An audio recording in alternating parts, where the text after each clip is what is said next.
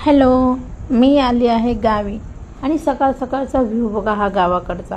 आणि आमचा शेरू बाहेर बसला होता आणि म्हणत होता की गेटच्या बाहेर चालेल पण गेटच्या आत माझ्याशिवाय कुणालाच एंट्री नाही. असाच आहे आमचा शेरू.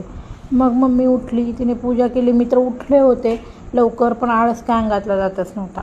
मग चपातीला ताई आल्या होत्या, त्यांनी चपात्या करून घेतल्या. मम्मीची शाळेला जायची गडबड चालू होती. मी भाजी वगैरे सगळं आवरून घेतलं होतं. मग तिला जेवायला वाढलं.